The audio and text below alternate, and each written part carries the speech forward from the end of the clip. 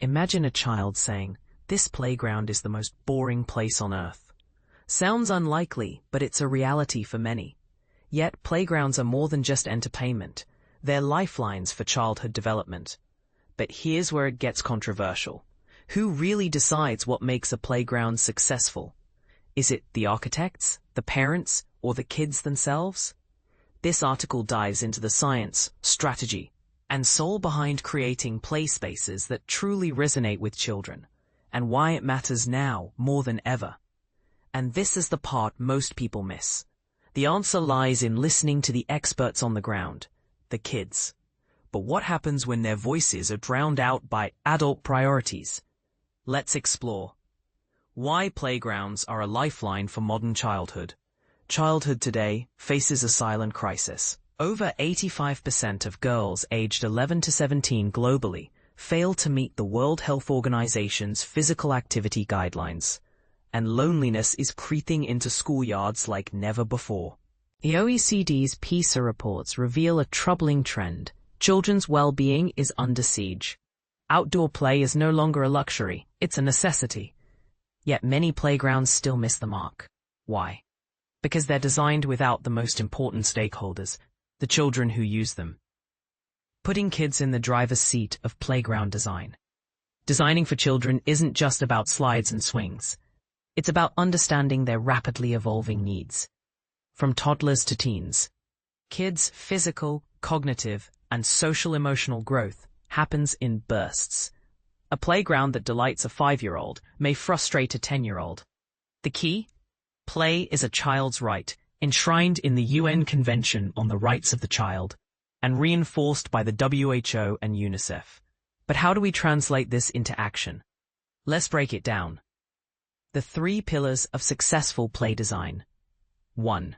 If the main characters, kids, aren't in the room, the story falls flat. Yet, many planners skip this step, fearing it's too time-consuming or costly. But what if ignoring kids' input costs even more in the long run? Studies show that involving children in design leads to spaces they actually use and love. The trick? Tailor communication to their age. A 3-year-old needs colorful visuals, while a 13-year-old craves autonomy. Respect the power dynamic between adults and kids, and you'll unlock unexpected insights. 2. Define clear goals for your play space. A playground without purpose is like a menu without recipes. Do you want to boost physical activity in tweens? Foster social connections in preschoolers? Set measurable targets. For example, increase active playtime by 30% for 9 to 12-year-olds becomes a roadmap for selecting equipment. This isn't just about installing a jungle gym. It's about aligning every design choice with a specific outcome. And here's the kicker.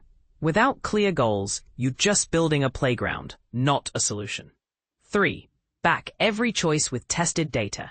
Not all play equipment is created equal. Some slides inspire hours of fun. Others collect dust. The KOMPAN Play Institute's research reveals that certain designs, like climbing structures with varied heights or interactive play zones, boost play duration and motivation. But how do you know which options work? Look for play solutions tested with kids and proven to meet scientific benchmarks. It's like choosing a recipe with a 5-star rating versus a random blog post. Hashtag the Play Success Checklist. Want to ensure your playground is a hit? Follow these non-negotiables. Age and ability appropriateness. A toddler's jungle gym isn't a teen's challenge course. Design for growth, not just age. Proven play units. Opt for equipment tested with kids for inclusion, retention, and excitement. Think of it as playtesting a video game before launch. Diverse play zones. Balance wild adventures, thrilling climbs, with quiet corners, reading nooks. Kids thrive when they can switch between make-believe and adrenaline. 5 equipment types minimum. Variety is the spice of play. Include at least 5 distinct play types to cater to every preference. Aesthetic appeal. A playground that looks boring won't attract kids. Add color, texture, and themes that spark curiosity. The bigger picture. Why this matters. Playgrounds are the front lines of childhood well-being. But here's a provocative question. What if cities are failing kids by prioritizing aesthetics over function? Or worse, what if parents' fears of danger are stifling kids' natural play instincts? The KOMPAN Play Institute's research argues that free, unstructured play is critical for developing resilience, creativity, and social skills. Yet, many playgrounds still prioritize safety over challenge, missing the point entirely. So, what's your take? Should playgrounds be designed by adults for kids, or by kids with adult guidance? Share your thoughts in the comments, because the future of play depends on it. And if you're inspired to create a playground that truly works for kids, dive into the KOMPAN Play Institute's free resources. After all, the next generation's happiness might just hinge on it.